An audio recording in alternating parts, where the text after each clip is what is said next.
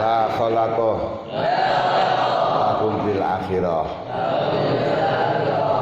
Itu selalu dibaca ketika akan memulai ngaji. Kenapa?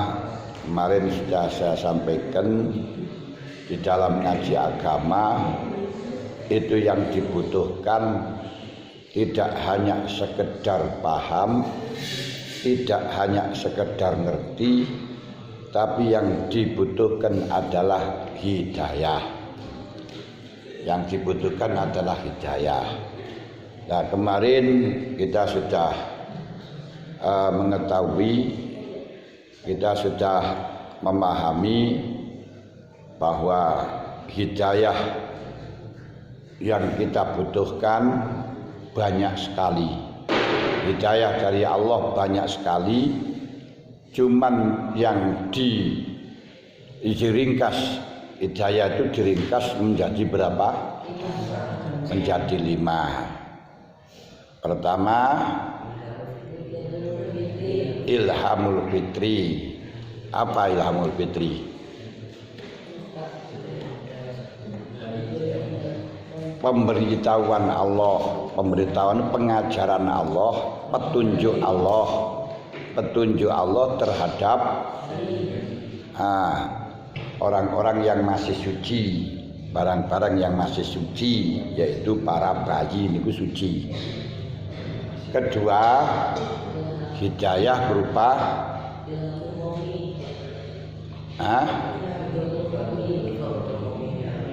ifadatul qawi, yaitu diberi kekuatan panca indera. Kekuatan panca indera yaitu apa? Kekuatan panca indera, penglihatan,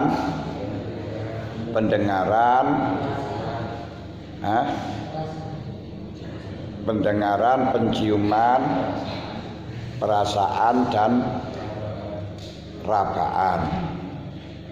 Hidayah yang nomor 3, yang nomor 3, nashud dalail, diberi petunjuk akal yang bisa menjadi dalil.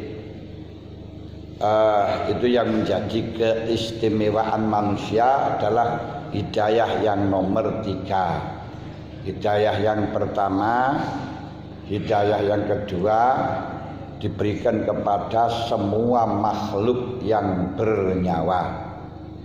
Hidayah yang nomor 3 khusus manusia dan jin, malaikat.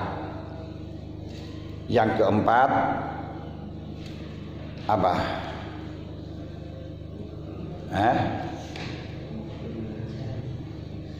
Yang keempat tadi tulis inzalul kutub war rusul. Apa?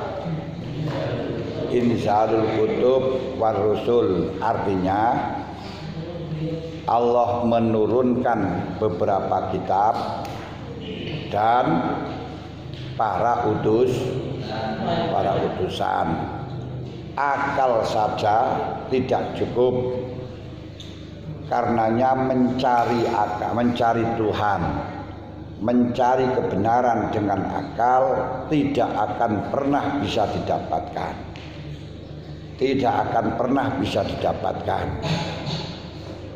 Bisa didapatkan dengan petunjuk Allah, dengan melalui kitab-kitabnya dan melalui utusan-utusannya.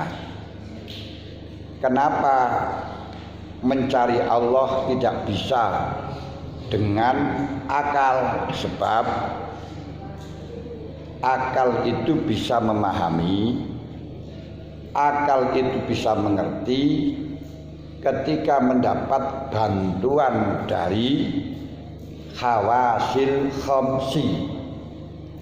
Tanpa mendapat bantuan dari khawasil khamsi tadi apa? Khawasil khamsi artinya panca. Khawas itu indra, khamsi niku panca, panca niku lima indra. Akal itu tidak akan mampu mengetahui Allah, mengetahui kebenaran tanpa mendapatkan bantuan khawasil khamsi. Apa? Panca indra. Kalau gak percaya, akal itu kamu beritahu, ini orang ini cantik apa enggak? Enggak tahu.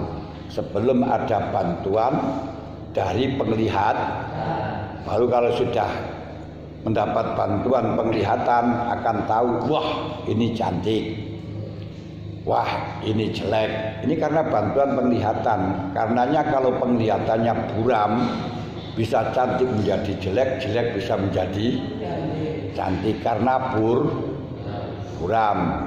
Seperti halnya kuda, agar supaya mau makan rumput-rumput kering, caranya bagaimana? Dikasih kacamata hijau sehingga rumput-rumput yang kering menjadi kelihatan hijau, sebab matanya nggak bisa melihat selain hijau. Lu ngedelan nih. Mata akal tidak mampu untuk mendengar ini suaranya apa.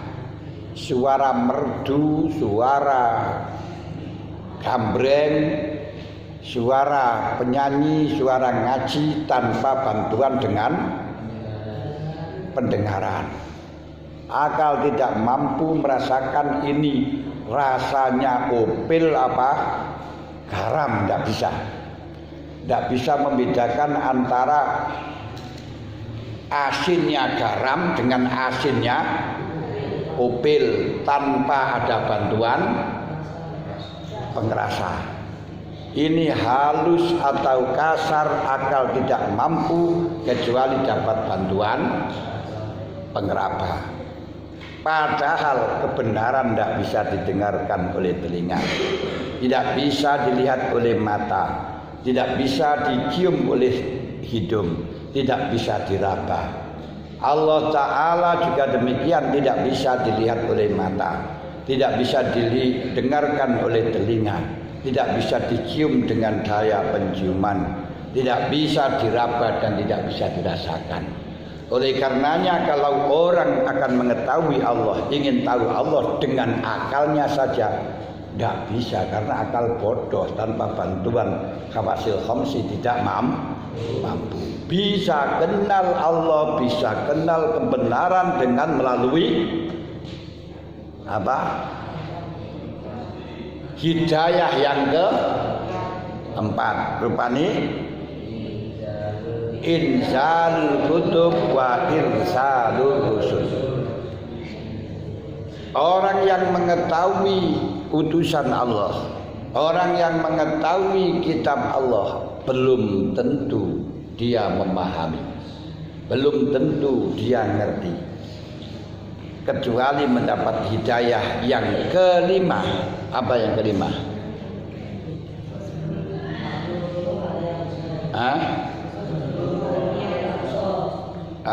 Yaitu kasful qulubi anil asrori, terbukanya hati dari beberapa sirri, dari beberapa rahasia.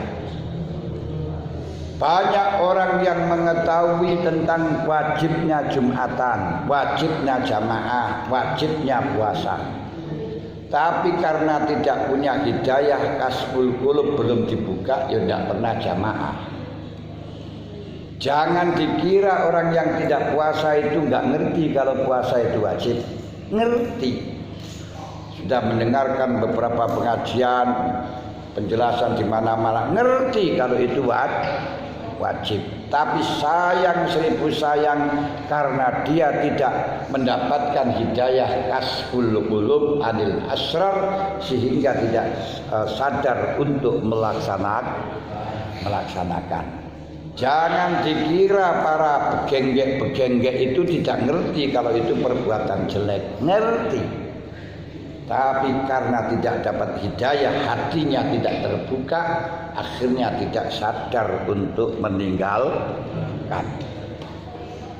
Hidayah yang berupa kasful qulub anil asrar, beberapa siri, niku ada 3 tahapan lagi. Pertama, kasfu nafsin, terbukanya nafsu, yang disebut dengan ilmul yakin. Ilmul yakin, kasfu nafsin. Kasfu nafsin yang disebut dengan ilmul yakin. Kedua, kasfu qalbin, kebukanya hati, yang disebut dengan ainul yakin. Yang ketiga, kasfu sirrin, yang disebut dengan haqqul yakin. Yang keempat, sirrul asrar, sirinya siri, yang disebut dengan haqiqah. Haqiqah. Nah, paham tak? Jadi di dalam hati niku ada sebanyak 5. Di dalam hati niku ada di sebelah kanan, tapi belok ke sebelah kiri. Dalam sebelah kiri niku ada hati seperti ontong. Kalau dibedah, di dalamnya ada lubang. Yang di dalam lubang itu ada darah hitam. Di dalam darah hitam itu ada sab-sabnya, yaitu 1 nafsun, 2 qalbun, 3 sirrun, 4 sirril asrar. Sirril asrar. Nah, apa sirril asrar? Apa qalbun? Yang pertama dalam sabnya hati, yaitu sona baru sakli, bentuknya kaya ontong. Jadi mau dari kanan ke kiri. Terus di kiri niki ada lubang. Makanya biasanya kalau sholat yang sebagian ulama yang ingin khusyuk itu dipegang yang kiri di bawah dada, ngeten. Allahu Akbar. Ini karena tempatnya hati. Demikian pula zikir. Zikir itu diambil dari nafsun, diberikan kepada qalbun, kemudian pada roh, 3 kepada qalbun, kemudian pada sirun, terus sirul asrar. Makanya zikirnya la ilaha illallah, la ilaha illallah, diambil dari nafsun, terus diarahkan pada roh, diangkat pada qalbun, angkat pada sirun, terus sirul asrar, yaitu Nabi Muhammadur Rasulullah. Itu caranya zikir. La ilaha illallah, la ilaha illallah, la ilaha illallah. Nah, kalau dijabarkan kasfu nafsin itu apa? Kesadaran. Misalnya orang itu mengaji walaupun sudah paham. Contoh saja, dalam Al-Quran dikatakan wa yunazzilu minas samaa'i ma'an liyutahhirakum bih. Allah menurunkan air digunakan untuk sesuci, untuk wudu. Terus Allah Ta'ala dawuh wa minal laili fatahajjad bihi nafilatan lak. Kalau waktu malam bangunlah untuk melakukan sholat sunat. Ini sudah ngaji, dalam sekolah sudah dipelajari. Tapi begitu malam Anda dibangunkan oleh Allah, dibangunkan oleh malaikat, diantarkan ke jeding, didekatkan air, belum tentu Anda sadar bahwa air ini digunakan untuk wudu. Belum tentu Anda sadar saya dibangunkan malam untuk melakukan sholat sunat. Sehingga kadang-kadang begitu bangun malam kejeding hanya kencing. Setelah kencing pipis lainnya itu cawi tidur lagi. Ini berarti nafsu Anda belum kebuka. Walaupun sudah diberi tahu dalam zahirnya tentang air difungsikan untuk sesuci, tentang air digunakan untuk wudhu, tentang bangun malam untuk sholat. Ini berarti nafsunya belum kebuka. Kalau belum dibuka berarti masih terkunci. Masih ada yang menghalang-halangi untuk membuka. Lalu setelahnya Anda sadar, setelahnya sadar datang pada jeding, pada kolam, pada kamar kecil, ngerti, waduh iya saya dibangunkan oleh Allah untuk tahajud, perintahkan tahajud. Air ini dijadikan untuk berwudu. Apakah Anda terus melaksanakan? Belum tentu. Kadang saya tidur dululah 1 jam lagi, saya tidur dululah seperempat jam lagi. Loh, ini nafsunya Anda sudah kebuka, tapi kolbun, hatinya belum. Apa kolbun? Kolbun itu adalah segumpal daging yang ada di dalam diri manusia yang mengkoordinir, yang menjadi koordinator atau pimpinan dari semua anggota yang ada. Karenanya baik dan tidaknya manusia itu dari hati dan lidah. Baik dan tidaknya manusia itu dari hati. Karena baiknya manusia dari hati, melani orangnya jelek, hitam tapi hatinya baik, semuanya suka. Orang yang ganteng, tampan tapi hatinya jelek, ya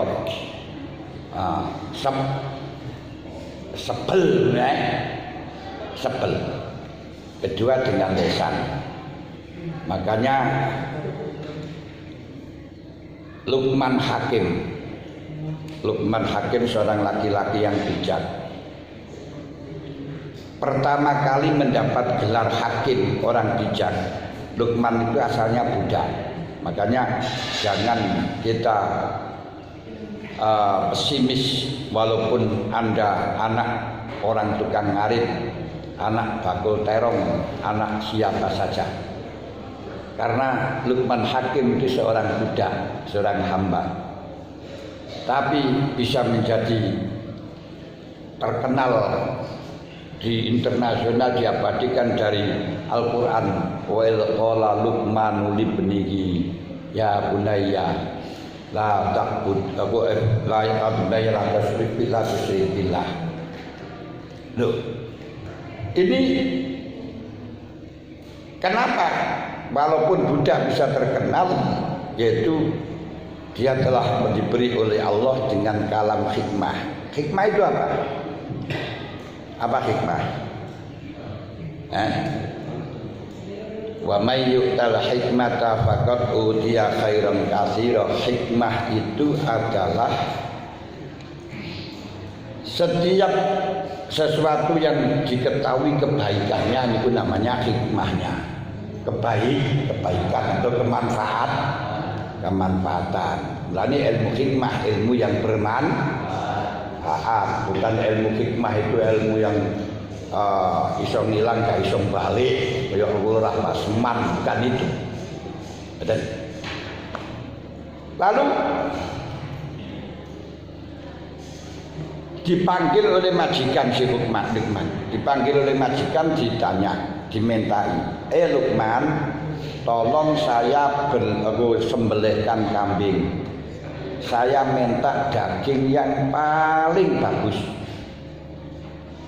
Saya beli, tolong sembelihkan kambing dan berikan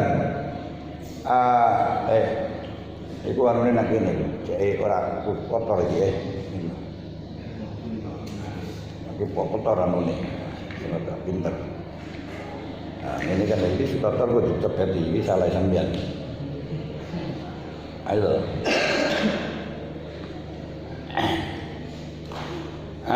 Luqman, tolong saya sembelihkan kambing, minta daging yang paling baik.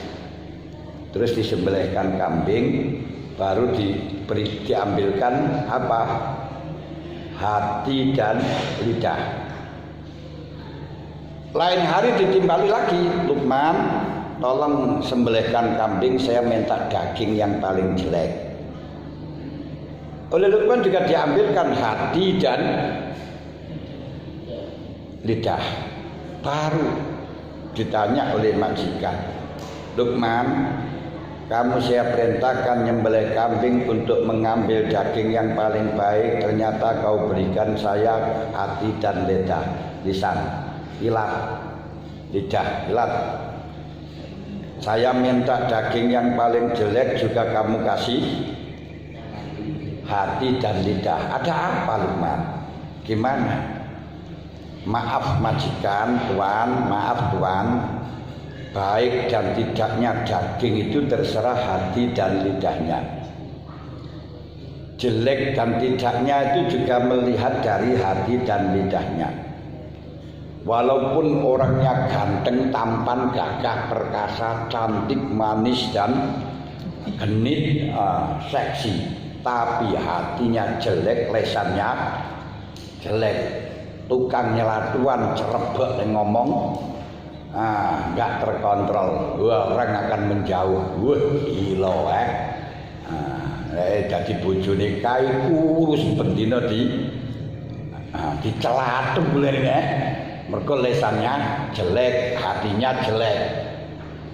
Tapi sebaliknya orangnya hitam, manis, cilik, tapi hatinya baik, lesannya baik, sopan, menyenangkan dalam hati, menenangkan.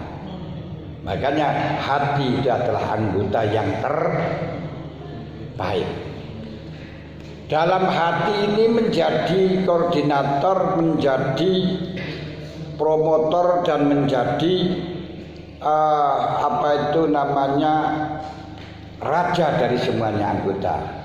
Anggota bisa semangat karena hati semangat, anggota tidak semangat karena hati tidak semangat. Bayangkan ketika sakit dulu itu ada waktu sakit, tapi ketika Nabi Yusuf alaihissalatu wassalam kena fitnah, dituduh menyelingkuhi Dewi Abu Zulaikhoh. Tapi setelahnya dibuktikan ternyata Zulaikhoh yang salah. Lalu Zulaikhoh ingin menghilangkan jejak, memanggil dan mengundang beberapa orang-orang istri pejabat di Mesir, dikumpulkan, lalu dikasih pelem dan pisau. Ketika enak-enak mengupas pelem dengan lading, Nabi Yusuf didatangkan. Apa yang terjadi? Setelah Nabi Yusuf dijadikan langsung, falamma ra'aynahu akbarnahu wa qata'na aydiyahun wa qulna hasha lillahi ma hadza bashara in hadza illa malakum karim. Setelah melihat Nabi Yusuf, wa lamma ra'ainahu akbarnahu, wah mengagum besarkan wa qata'na aydiyahum, tangannya ditugel, diputus sampai habis tidak terasa. Karena meripatnya terpandang, hatinya selalu mandang Nabi Yusuf, terpesona, terpaku. Dia mengatakan, hasanillah, demi Allah, ma hadza basyara, ini bukan manusia, in hadza illa malakum karim, ini malaikat. Ternyata karena hati terpesona, hati yang manteng, tangannya terputus-putus tidak terasa. mergo atine semangat. Orang yang hatinya nonton melihat gadis cantik berdiri satu malam nggak capek. Tapi hatinya tidak mantep. Akhirnya apa? Berdiri sebentar tidur. Contohnya kayak kan wudu, kan wudu. Saun wudu, ambil air wudu. Ngambil air wudu. Wudu anak siapa tuh? 3 wudu. Jangan tidur setelahnya subuh, itu akibat pikir ilmu, pikir harta. Ini termasuk waktu dulu ada di Nias gempa yang begitu besar, yang saya heran. Ada rumah sakit di mana di rumah sakit itu orangnya banyak orang sakitnya. Ternyata rumah sakit yang tempatnya untuk mengobati orang sakit malah justru banyak yang sakit. Mestinya kan tempat pengobatan orang sakit nggak ada orang sakit, malah justru tempat pengobatan orang sakit lebih banyak orang sakitnya. Orang sakit itu males, kejeding males, sembarang males. Begitu ada gempa yang dahsyat, semuanya lari. Padahal dia males, tapi kenapa kok terus lari? Hatinya loh, ini karena hati terbuka maka jadi semangat. Gampang rasa-rasa males, tiba-tiba ayahnya datang, langsung semangat. Loh, ternyata ringan dan tidaknya anggota terserah, semangat dan tidaknya hati, maka perlu adanya kebuka hatinya. Kalau orang itu sudah kebuka kolbunya, kebuka hatinya, bangun malam langsung semangat untuk melaksanakan sholat. Nah, kemudian setelahnya melaksanakan, apakah di situ kebuka? Belum tentu, masih membutuhkan namanya kasfu sirri, kebukanya rasa. Di mana kebukanya rasa di dalam itu disebut dengan kasfu sirri, disebut dengan in ainu hakul yakin. Anda sholat, tapi belum tentu dengan sholat itu merasakan kenikmatannya sholat. Jadi wong jagongan karo cewek belum tentu merasakan kenikmatannya. Mergo apa? Belum sampai. Dia memikirkan yang macam-macam. Dia semangat. Tapi bagi orang yang sudah dewasa yang satu malam suntuk nggak capek, nggak ngantuk, betul? Karena sirinya kebuka. Nah, kasfu sirrin disebut dengan hakul yakin. Setelahnya hakul yakin, tahu hakikatnya ibadah, hakikatnya nyembah kepada Allah, bahwa kita melaksanakan sholat bukan sekedar perintah, bukan sekedar kewajiban, tapi kebutuhan kita dan kenikmatan yang telah diberikan oleh Allah kepada kita. Niku kenapa kita harus berdoa sebelum mengaji. Kita mulai